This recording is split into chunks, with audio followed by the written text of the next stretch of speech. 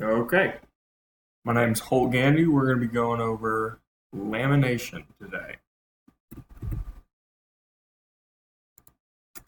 So first off, let's start with just the uses for lamination. If you're a teacher and this is something that can be a very helpful tool for you, let's say you need to hang some stuff in the classroom. It's great for um, decorations, putting stuff up on the walls. You need to preserve a document that you want to stay up all year long. It's a good idea to have that laminated. Also, can be used for like a project. Let's say you have your students create board games in the classroom, and then at the end of the project, once they have everything pretty completed, they can go ahead and laminate that, and it'll look great. Also, very cool for exciting your students about their artwork. Maybe they work really hard on something, and at the end, you can give them the opportunity to laminate it so it'll last for a long time. Also, I assume their parents would really like that as well, so they could be able to keep that and preserve it. Um, could also be used in like a science aspect. You want to create some crafts or like cool bookmarks that they designed themselves. There's also an idea where you could laminate like a flower, and it would be almost like a little flower bookmark, and it would be preserved in the plastic, which would be really cool. Um, Also, can be used at home. Let's say you need to like laminate a little recipe book. It would be great to keep on the stove, so you could cook with these and not worry about damaging because when it's laminated, you can just wipe it off.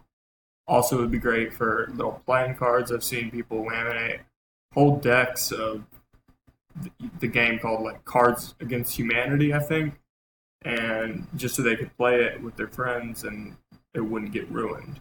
Also, could be used for laminating like photos you printed yourself so they could be thicker and last longer.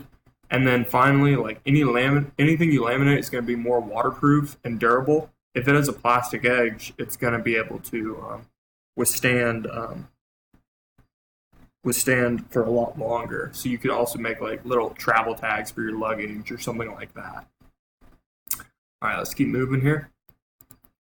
So for the first step, it sounds pretty simple, but we're just going to turn the machine on. So this is important to do in advance because the laminating machine takes a while to heat up, and you're only going to be preparing your documents for so long. So this needs to be done a couple minutes in advance. I would say 5 to 10 for a really standard machine. And the problem with this is if you run your lamination in while the machine is cold, it is just not going to stick, and it's actually going to ruin the document that you intended on laminating. All right, so step 2, we're going to be grabbing one of our plastic laminating pouches and then also a protective cardstock sleeve. So most of the time when you buy the laminating pouches, it does come with a cardstock sleeve, but you don't need to worry if you don't have one. You can use any thick sheets of paper you have, that would work. You could also use some like construction paper, something like that, and you don't even really need to tape them together, but you could and make your own little laminating cardstock sleeve as well. All right. So step 3 is going to be putting your documents in the pouches. So when we do this, we want it to be very even. So however you put it in is going to be how it comes out. So we need to make sure it's even and lined up and it looks great in the pouch before you even run it through the machine. Also, you could be like doing a couple different photos on one laminating pouch. So you could design it or organize it how you want and then run it through the machine like that, and it'll stay like that. And then finally, you should know that you could be like, let's say you needed to make a menu or anything two-sided, you can put 2 pieces of paper into one laminating pouch and it'll make it double-sided with no problems, and it looks great. Okay. All right. So the machine has step 4. the machine has two buttons. The one is going to be the on button, and the next is going to be the run. So with this step, you need to turn the machine on to run, and I usually like to set it on like 6 or 7. So that's a very medium speed. And the thing is, like, if you have most laminating pouches are about 5 mils. That's just how they're weighted. And so anything around there is going to be a good option to go at a medium speed. Now, if your pouch is thicker, let's say like a 10 mil or something, you might want to set that a little bit slower down to 4. Or if it's thinner, the opposite, you can run it a little bit faster at like 7. But that's basically the gist of that. And then, so once we have the machine on and running, we need to just guide it through with our hands through the front, let it go. It'll take the lamination through the machine, and then you also need to grab it on the back side so it doesn't start getting bent. Okay, so for step 5, we're continuing to guide the document, this time out the back, and after it's done, you might have to just wait and it'll be able to gently release out of the machine, and then you're going to want to immediately lay that down on a real flat surface. It needs to be flat because while the document's still hot, if it's bent, it's going to stay that way. So it needs to stay flat and let it cool for at least, I'd say 1 to 3 minutes. They're pretty thin and they actually cool down very quickly. But I would just let it sit there for a couple minutes and then you can continue to work on it. So this is step 6 is actually optional, but this would be the step. This is like almost like the fine tuning. You could go and bring it and cut the edges off. You can use scissors, and you can cut around whatever you're laminating. I usually prefer to leave a little bit of plastic on the edge because that keeps the document waterproof. I also recommend if you're cutting it for an 8.5 by 11 to use one of those. It's called a guillotine cutter, and that just makes really straight, nice looking lines.